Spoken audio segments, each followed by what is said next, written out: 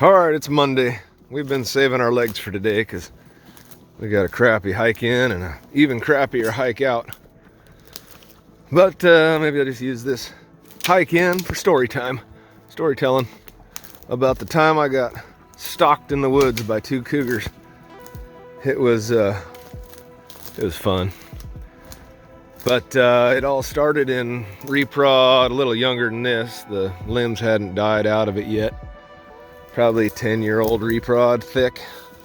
Almost as steep as this, but not quite as steep. And I was just working my way across a unit. Marking line, setting fiberglass posts and hanging ribbon. Got to my last post and got to the corner of the unit, and it was kind of brushy where the light was getting in. A bunch of thick little hemlock shoots. And then I saw movement.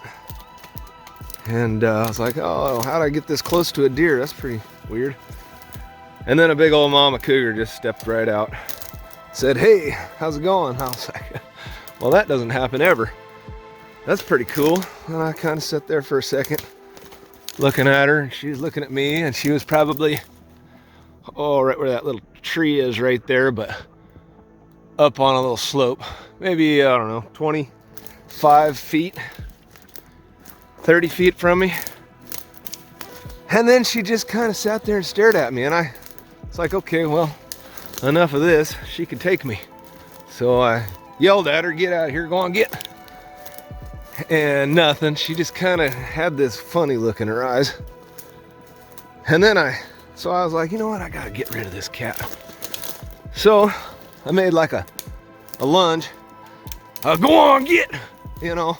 I had a machete and a Benchmade pocket knife, and that was it. And my arm was in a brace because I had just got out of a cast all the way up to my shoulder from my hand. Broke my arm.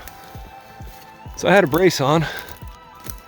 And I yelled and lunged at that cat, and she just locked up. You could see every muscle in her body just tense. And then her eyes went all black. And that's when I saw about 100-pound yearling dart across in front of her in the brush and try and flank me. So then I thought, oh shoot, this is getting real. She's teaching her kitty how to hunt.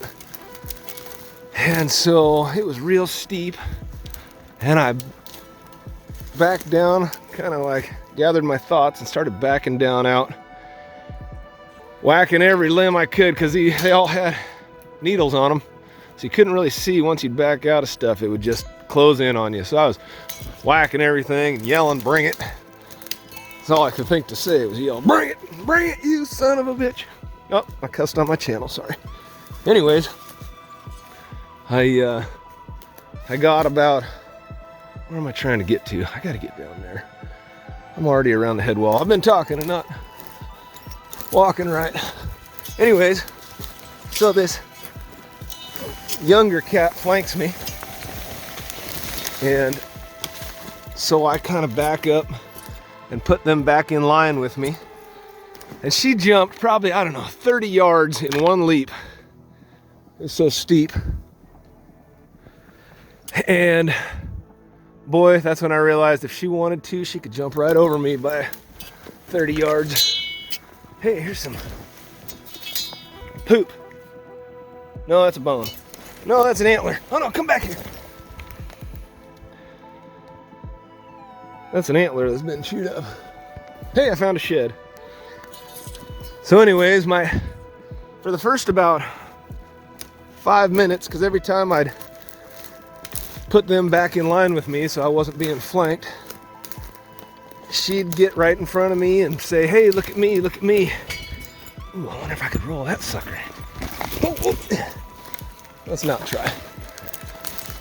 So I'd put them back in line with me, and she'd come right in front of me and say, hey, look at me. And then her baby would, or her 100-pound yearling or so, would dart across into the brush on the other side and try and flank me again. And this happened probably 5 or 6 times.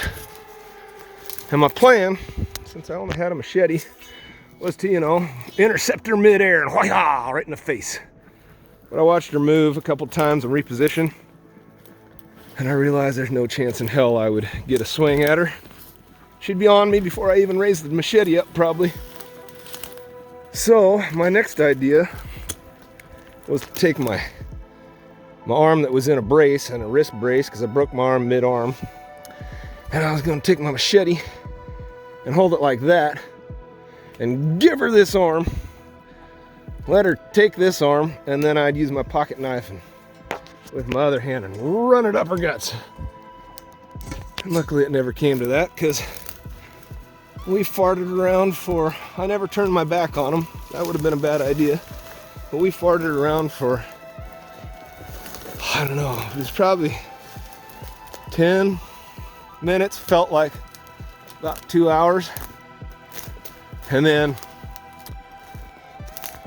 well, I got close enough to the truck, and then I didn't see him again. I had a 7 mag in the truck because it was deer season. And I walked back after I got in the truck and cleaned my shorts out. I grabbed the rifle and walked back in there about 50 feet. And boy, did I feel better about knowing where they were with no gun than I did about having a gun and not knowing where they were. So I called it a day. It was a Friday. Funny thing, hey, here's the stuff. Funny thing is, on that next Monday, I was a little shook, so I had a 44 mag on my hip, which I don't carry because it's just, you'd never get it drawn.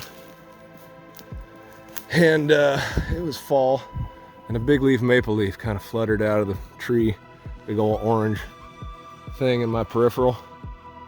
And I thought I was dead. I thought it was a cat on me already.